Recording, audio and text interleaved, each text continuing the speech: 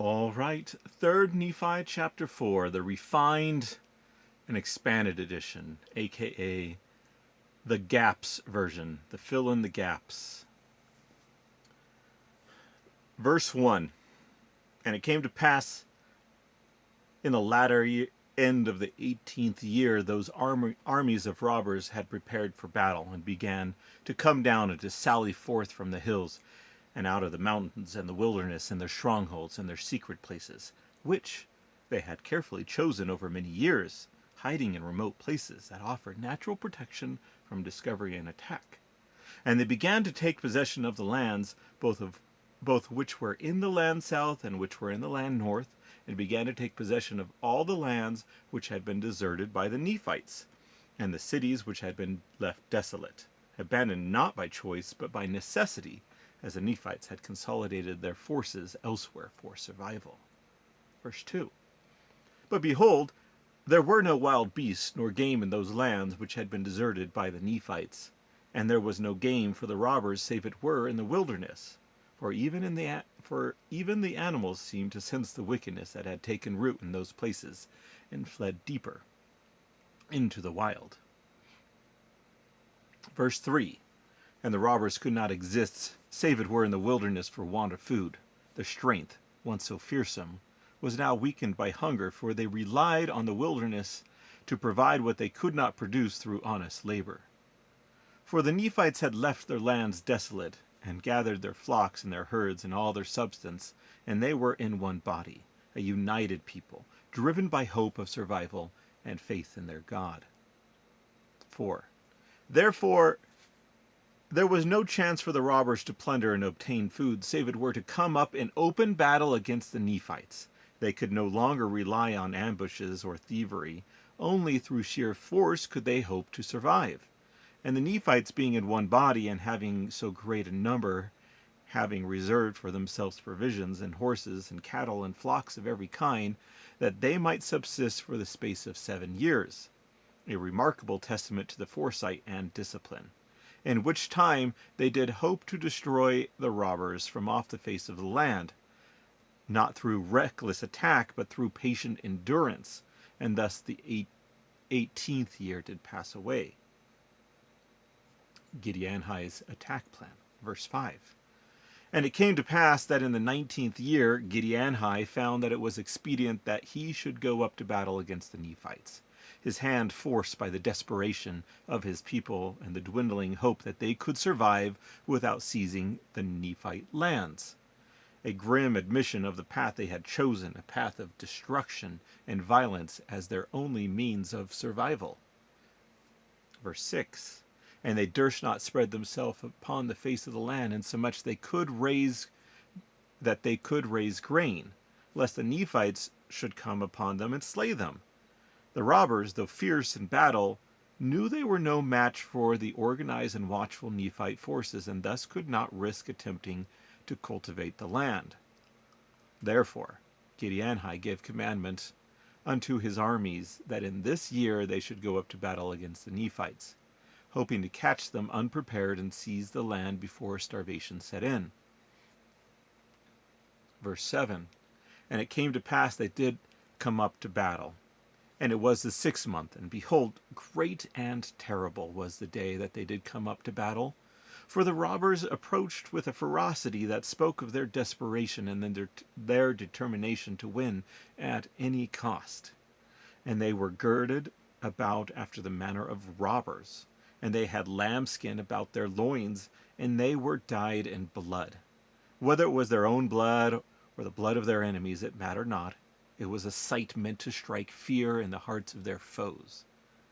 And their heads were shorn, and they had head plates upon them. And great and terrible was the appearance of the armies of Gideonhi, because of the armor, and because of their being dyed in blood, a savage display, calculated to make Nephites falter before the battle had even begun.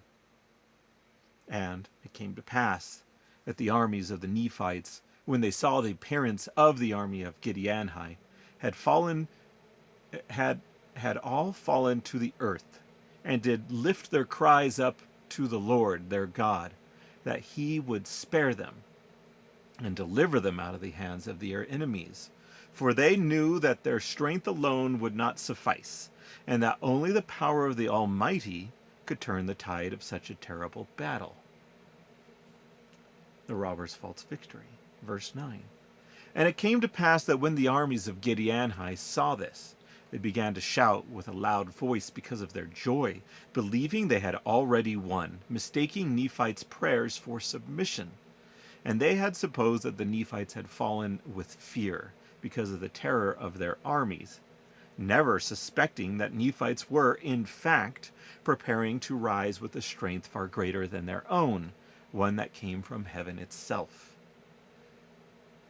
But in this thing they were disappointed, for the Nephites did not yield, but instead called upon their God with greater faith than ever before. For the Nephites did not fear them, but they did fear their God, a fear born of not of dread, but of reverence, knowing that their deliverance would come from his hands. And they did supplicate for protection. Therefore, when the armies of Gideonhi did rush upon them, they were prepared to meet them. Yea, in the strength of the Lord they did receive them, knowing that as long as they stood in righteousness, no earthly power could prevail against them. The great slaughter, verse 11. And the battle commenced. In this 6th month, and great and terrible was the battle thereof. The clash of swords, the cries of the wounded filled the air as the Nephites fought with all the strength they could muster. Yea, great and terrible was the slaughter thereof, insomuch that there never was known so great a slaughter among all the people of Lehi since he had left Jerusalem. A day that would be remembered in Nephite history for generations as one of the bloodiest and most decisive battles ever fought. Robbers defeated, verse 12. And notwithstanding the threatenings and the oaths which Gideonhi had made, for he had sworn before the battle that he would crush the Nephites and take their lands, behold, the Nephites did beat them, insomuch that they did fall back before them, their fierce charge broken by the unyielding defense of the Nephite warriors who had placed their trust in God. And it came to pass that Gidgiddoni commanded his armies should pursue them as far as the borders of the wilderness, not allowing them a moment's rest, determined to end the threat once and for all, and that they should not spare any that should fall into their hands by the way. For mercy could not be extended to those who had sought to destroy them without cause. And thus they did pursue them and did slay them to the borders of the wilderness, even until they had fulfilled the commandment of Gidgiddoni, leaving no enemy alive to threaten their people again. Verse 14.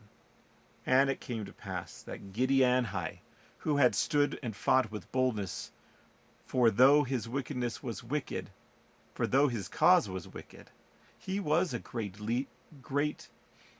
leader of great courage and determination, was pursued as he fled, and being weary because of his much fighting, he was overtaken and slain, his fall marking the end of the robber leader who had terrorized the Nephite nation. And thus was the end of Gideonhi the robber. And it came to pass that the armies of the Nephites did return again to their place of security, grateful for their deliverance, but knowing that they must remain vigilant for future threats. And it came to pass in the 19th year did pass away, the robbers did not come again to battle, neither did they come again in the 20th year, for their strength had been shattered, and they were no longer able to mount any serious attack. And in the 21st year they did not come up to battle, but they came up on all sides to lay siege round about the people of Nephi, hoping that by cutting off their supplies they could starve the Nephites into surrendering. For they did suppose that if they should cut off the people of Nephi from their lands, and should hem them in on every side, leaving them with no means of escape or resupply, and if they should cut them off from all their outward privileges, that they could cause them to yield themselves up according to their wishes, believing that desperation would succeed where force had failed.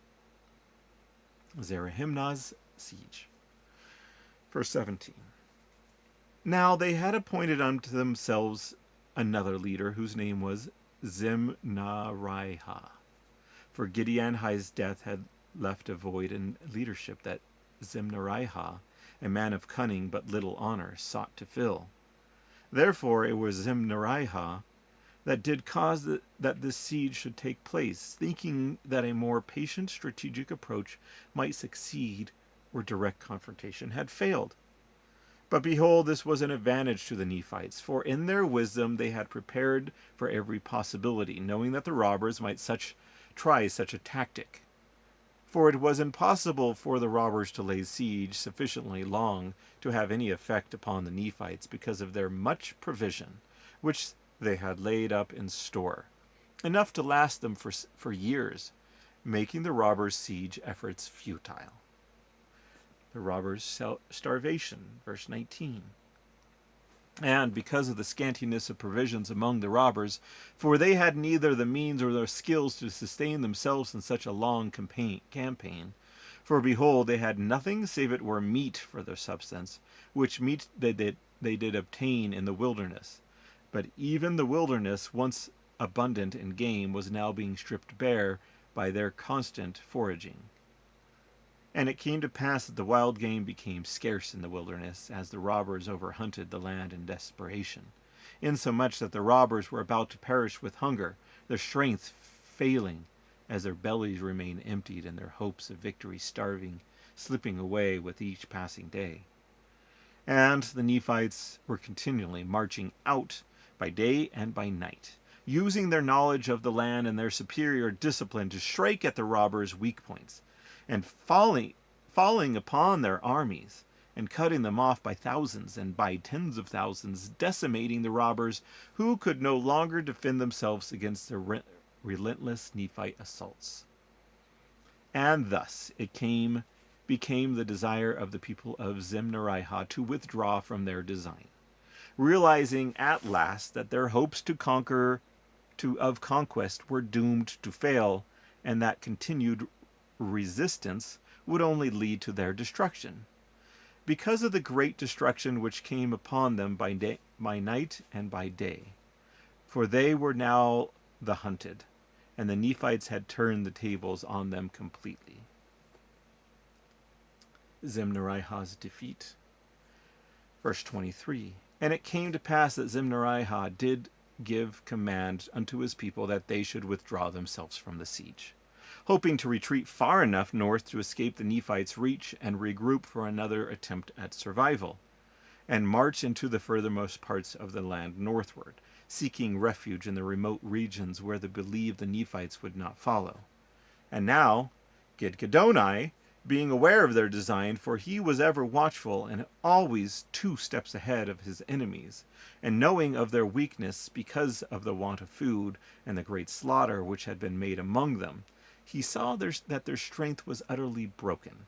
Therefore he did send out his armies in the night time, and did cut off their way of their retreat, laying a trap for the robbers in the very path that they had sought to escape through, and did place his armies in the way of their retreat, ensuring that no robber would escape this time.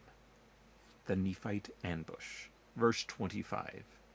And this they did do in the night time, and got on their march beyond the robbers, so that on the morrow, when the robbers began their march, they were met by the armies of the Nephites, both in the front and in the rear, trapped and surrounded with no hope of escape or victory. And the robbers who were on the south were also cut off, in the places of their retreat, their forces completely hemmed in on all sides. And in these things they were done by the command of Gidgiddoni, whose strategic genius had brought the Nephites another great victory. Surrender or death, verse 27. And there were many thousands who did yield themselves up prisoners unto the Nephites, knowing that continued resistance would mean certain death, and the remainder of them were slain, for they had fought to the last, refusing to surrender and paying the ultimate price for their rebellion. Zimnaraiha is hanged, verse 28. And the leader, Zimnaraiha, was taken and hanged upon a tree. yea, even upon the top thereof, until he was dead, a grim fate befitting one who had led so many to destruction. And when they had hanged him until he was dead, they did fell the tree to the earth, symbolizing the fall of those who seek to destroy the righteous, and did cry with a loud voice, saying, May the Lord preserve his people in righteousness and holiness of heart, that they may cause to be felled to the earth all who shall seek to slay them because of the power and secret combinations, even as this man hath been felled to the earth. And they did rejoice and cry again with one voice, saying, May the God of Abraham, and the God of Isaac, and the God of Jacob protect this people in righteousness, so long as they shall call on the name of their God for protection, knowing that their future, like their past, depended on their faithfulness to the Lord. The end.